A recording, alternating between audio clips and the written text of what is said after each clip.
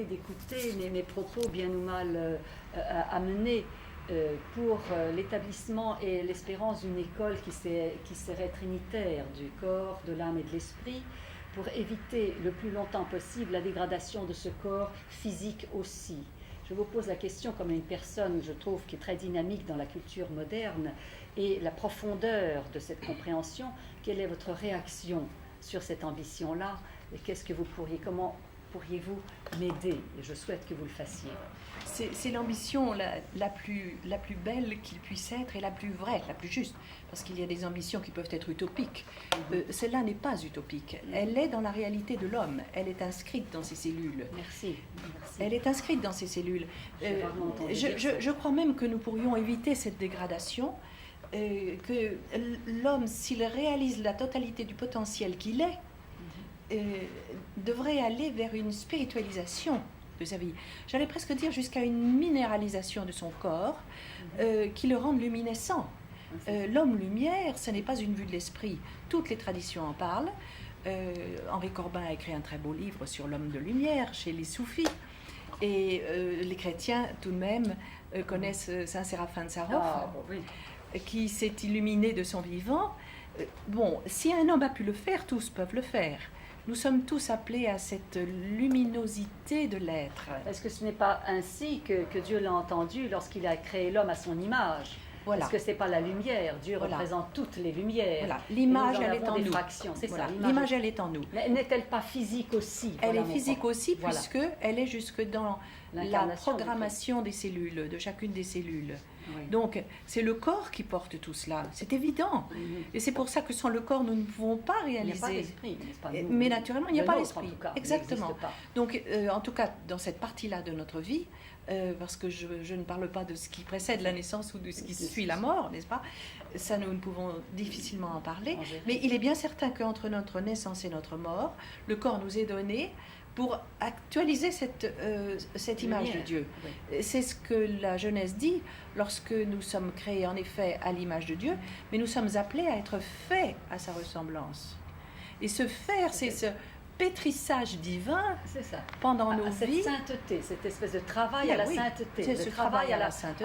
Ce que j'appelle la propreté, c'est-à-dire la transparence, une sorte une espèce de cristallisation, un cristal, de devenir pur, propre. Simple. Voilà. Et c'est là la liberté, je crois aussi. Alors, la liberté n'est qu'une libération successive de nous. Au fur et à mesure que nous réalisons ce potentiel, nous devenons des êtres de plus en plus libres.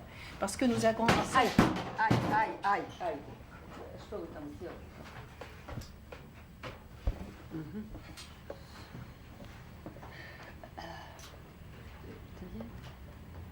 Qui nous anime et qui nous conduit dans des champs de conscience et dans des espaces intérieurs de plus en plus grands. C'est ce que j'appelle souffler au-dessus de soi, c'est-à-dire que je m'inspire de ce qui me donne la vie et je souffle, je le répands au-delà de moi-même, c'était par-dessus moi, c'est-à-dire non pas pour retomber sur moi, mais pour reconnaître que je peux aller au-delà de moi-même tout le temps, en soufflant. Lorsque je prends d'ici, je souffle là. Lorsque je respire ici, je souffle là. Je sors, je sens cette verticalité qui me libère. Lorsque j'inspire, je me dégage. Et alors, c'est physiologique aussi. Vous le parlez en termes vous en parlez en termes physiologiques, c'est ça. Et stop. Ah bon, très bien, d'accord. Et moi, je vous confirme que c'est la manifestation, mais immédiate et superbe, d'une libération de plus en plus grande qui se fait à l'intérieur de nous. L'Esprit Saint, dirions-nous en termes chrétiens, qui nous saisit, nous arrache à nos étroitesses et nous conduit dans des espaces intérieurs qui sont les champs de conscience. Donc une évolution de la conscience incroyable auquel l'homme est appelé. Est-ce que vous ne croyez pas maintenant, madame, que nous sommes arrivés à une ère où l'humanité, qui veut absolument se rencontrer à tous les horizons, accepterait très volontiers que le corps humain dans son ensemble et dans toutes ses représentativités accepte une sorte de salut général. J'ai longtemps pensé à cela et pour moi c'est comme ça que je commence un cours. Je ne peux pas commencer un cours sans d'abord un grand silence dans lequel pénètre Dieu, c'est-à-dire qu'il est présent, et ensuite je cherche comment matérialiser cette présence j'ai besoin d'entendre un autre Père. J'ai besoin de sentir que chaque homme au monde peut dire notre Père. Les juifs, les protestants, les chrétiens, les bouddhistes, ils croient tous en un Père. Enfin, c'est les monothéistes en tout cas. Ça réunit les hommes et ça les situe devant le salut. Je trouve que pour connaître, avant de connaître, il faut reconnaître. Et pour reconnaître, pour pouvoir avancer dans la connaissance, il faut continuellement s'offrir à cette reconnaissance-là. Enfin, je sais que moi, je ne peux grandir que comme ça. Je me sens, et d'ailleurs, dès l'instant que je m'en sépare, je crie, je hurle, c'est horrible, ça devient plat, ça devient le contraire de mes souhaits. Et dès l'instant que je rentre dans cette immensité, dans cette présence, dans ce Seliel, dans ce Mozart, dans ce Schubert, dans ce Schäftoin, dans ces modes de... Quand j'entends Schwarzkopf, quand j'entends le maximum de ce qu'un organe peut donner, le maximum de sa présence, le maximum de ses qualités, je pense que je peux rentrer dedans avec lui parce qu'il me porte. Voilà. Vous parlez plus du sentir que de penser, en fait. Vous employez le mot penser, mais vous le sentez. Je crois que c'est beaucoup plus juste. Et vous le pensez peut-être aussi parce qu'il faut le formuler, mais surtout vous le sentez. Et en fait, je crois que c'est là votre salutation. Elle est là, votre salutation. Elle est dans cette reconnaissance de chaque organe ayant sa juste place et chantant une louange de l'homme appelé à devenir Dieu. Ça m'est indispensable de remettre en place. Oui. Quand je commence un cours ou quand j'essaie, j'invite les personnes autour de moi, c'est-à-dire c'est la mise en place. C'est pas se placer n'importe comment, parallèle, c'est difficile.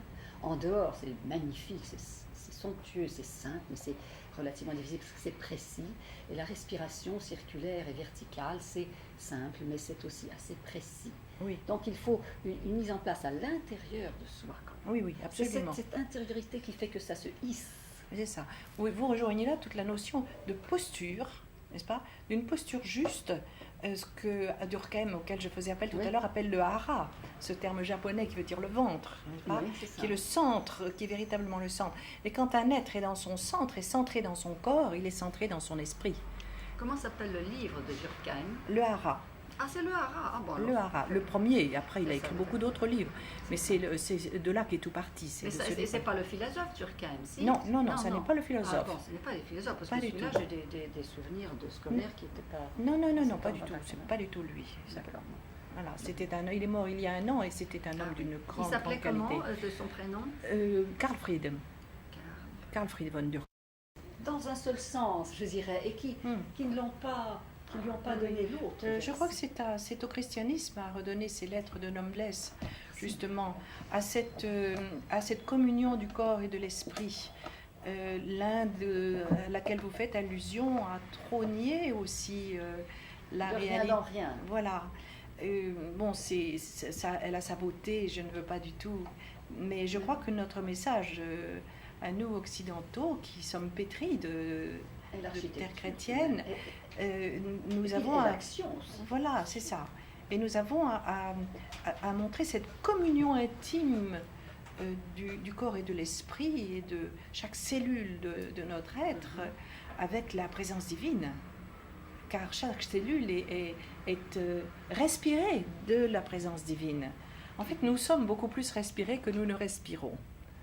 Nous sommes respirés. Donc le fait de vouloir apprendre à respirer n'est pas une utopie. Non, au contraire, je crois que c'est le secret de la respiration, c'est de nous laisser respirer pour entrer dans le souffle divin.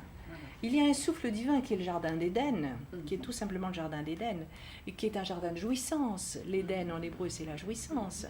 Et c'est le jardin de la rencontre de Dieu et de nous.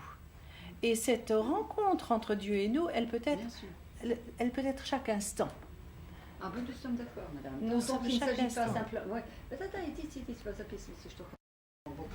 Mais néanmoins, c'était tellement sec que arriver à des automatismes dans l'Église, il me semble que c'est son éducation, sa propre édotique. Je lui pose la question, quelle est-elle? Comment elle doit devenir? Est-ce que c'est vraiment comme ça que doit souffler l'Esprit Saint? C'est-à-dire, en ce moment, j'ai l'impression qu'il y a quand même un désordre assez grand. un malaise, ces propositions. Oui, vous savez, je crois que l'Église elle-même est en train de vivre une mort et une résurrection. Et toute notre civilisation aujourd'hui est saisie dans cette grande loi de mort et de résurrection.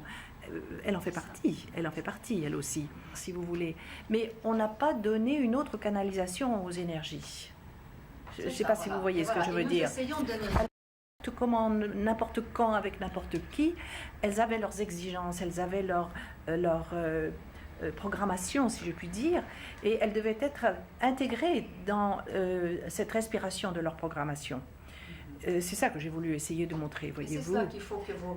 Et c'est cela qui doit devenir réel. Simple l'image vue de l'esprit. Oui. Vous savez ce qu'est une icône. Bien sûr. Bon, l'icône, c'est non seulement une image, mais l'icône contient la réalité de ce qu'elle représente. Eh bien, notre corps en tant que symbole contient le corps divin. C'est donc une réalité. Notre petite réalité immédiate n'est que c'est roi, n'est-ce pas? Notre essentielle réalité est royale. Et elle est royale parce qu'elle est divine. Et nous avons justement. toute la vie pour la découvrir. Et nous avons toute la vie pour la découvrir. C'est ça. Et pour aller à fréquence de quoi, c'était peut-être pas son message de nous en parler, puisque lui ne connaissait pas la faute, bien qu'il était entièrement Oui, mais homme. il l'a prise sur lui. Il l'a prise sur lui. Il l'a prise sur lui.